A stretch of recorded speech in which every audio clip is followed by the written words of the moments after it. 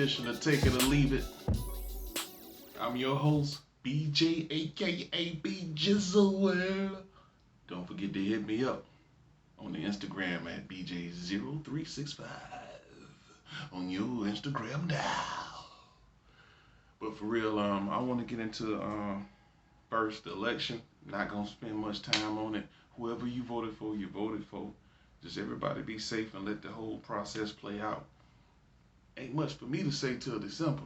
Real talk, cause there's a lot that could happen between then and there, and we really don't know what's gonna happen. You can assume because the media told you some stuff, because somebody won and all that, but look, it's 2020. Just be prepared for anything, and do not be shocked and to go crazy if stuff don't go your way. Either way, but to get your mind off all that, I'm gonna jump on some stuff like ESPN. I started my last show about ESPN, and luckily I did it a couple of days before kind of what I talked about happened. They laid off 300 employees, which is pretty bad. Uh, you're mostly probably going to be familiar with the on-air talent there, but you got to understand there's off talent as well that keeps the show going. They don't do all the work. The people that got to do this camera, people that got to do the mixing in the back with the graphics that you see.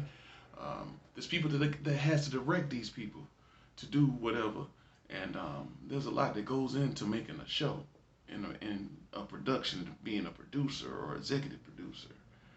So those are a lot of the jobs that are gone. So some of your favorite shows don't have some of the people in the background that are not implementing their work to make it you're used to seeing.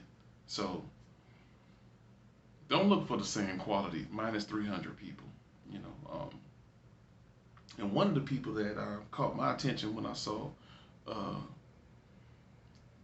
article in Deadspin, which is a pretty good website. It went down and now it's back up. I'll get into that later with Deadspin, but there was an article I saw on one of ESPN's most valuable employees that they let go. Her name is Claire Smith.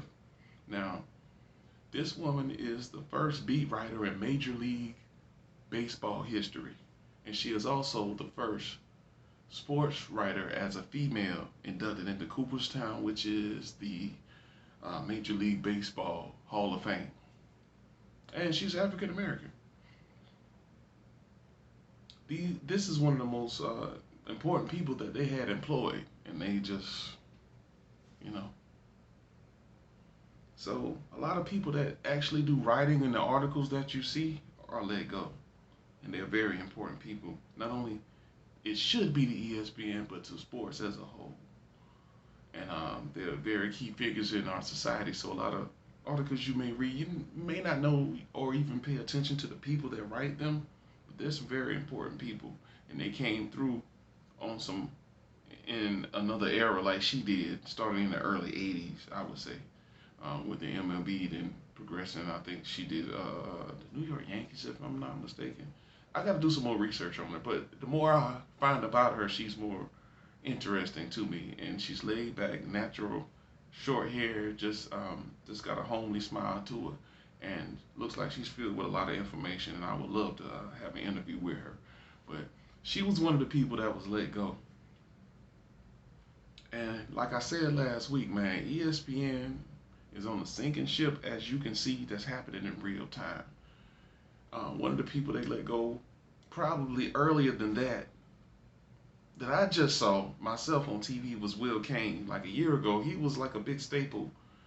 He had his own show, and he also showed up on First Take almost on a daily basis. So this weekend, I was flipping through channels, and hit Fox News, and dude was on Fox News, the main show on the weekends, and like a big part of it, like, yo, just basically running the show.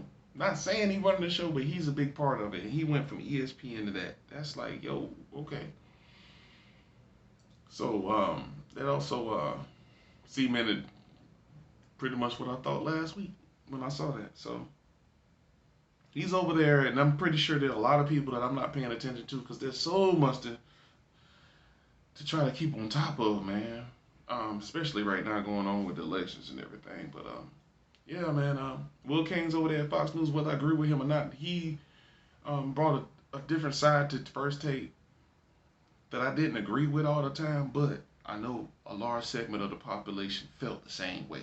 So sometimes when you're dealing with shows like that, that is needed no matter if that is what you agree with or not. So him and a lot of people, man, you're probably not gonna see eyeball wise, but as far as production and stuff, it's gonna be totally different.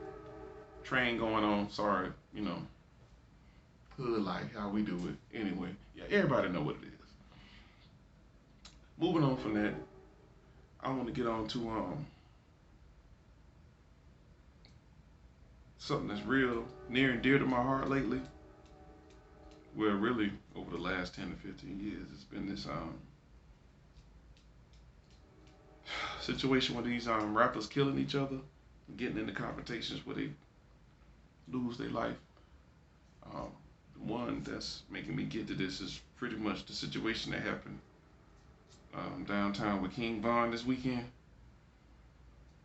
I want to give a shout out to Urban Politicians TV, my man Big Ann over there. Um, he let me on the show and I kind of voiced some things about that situation. The way he did his podcast, he was talking about the way academics was kind of pushing things up. And I implore you to go to his podcast on Urban Politics TV on YouTube. You see it. And also on check the man out on Instagram on Urban Politics TV _ Big Ant. And he touched on the way academics was kind of in the middle of the whole situation, kind of pushing things up. I'm not gonna focus on that right now. You can get into it with him as you watch him. Be sure to like and subscribe, my man, too, as well. But he was just saying how academics was in the middle of it, kind of like pushing it up, and then when stuff go down, you like sending condolences and stuff, and just like almost the second time, almost the same type of situation you doing this. So I want to get on that to say that I don't sound like a old beat up record. We gotta stop doing this. Black on black crime is black on. It's like we almost become numb to it. Because if y'all say Black Lives Matter, I'll be like, well, what about us starting caring about each other? Y'all got a rebuttal for it. So it's like to them that's on the outside looking in, it's like if you like, and people that even try to say something, y'all got an automatic rebuttal to shut them down. What has Black Lives Matter been doing lately? I really want to know. Please tell me. So I feel like when I try to weigh the scales on that whole thing, man, not saying police brutality is worse, because there's a LSU player that alleges that he was arrested and sexually assaulted. I think this past weekend. He alleges that, which is deep. And then I look at this King Von thing, man. It's like, y'all making me care about this more than this because y'all putting this out. And that ain't right, because I'm a black man and I know how I feel to be in them situations. And you're not going to tell me how I'm going to feel. I need to tell you and then you promote what's going on. Because I'm getting tired of it, man. Y'all making me choose when I ain't got to choose. Yeah, these cops doing some stuff, but we doing some stuff too. And we need to focus first on what we can control, which is, to me, we're killing ourselves. And that's a big, big job that we got to handle. And it's not going to be easy. These dudes doing this stuff to each other and hurting each other over stuff that's really insignificant. We got to stop that. Now, don't get it twisted now. I can get live now. And luckily I have people around me that can like chill me the fuck out. You know what I'm saying?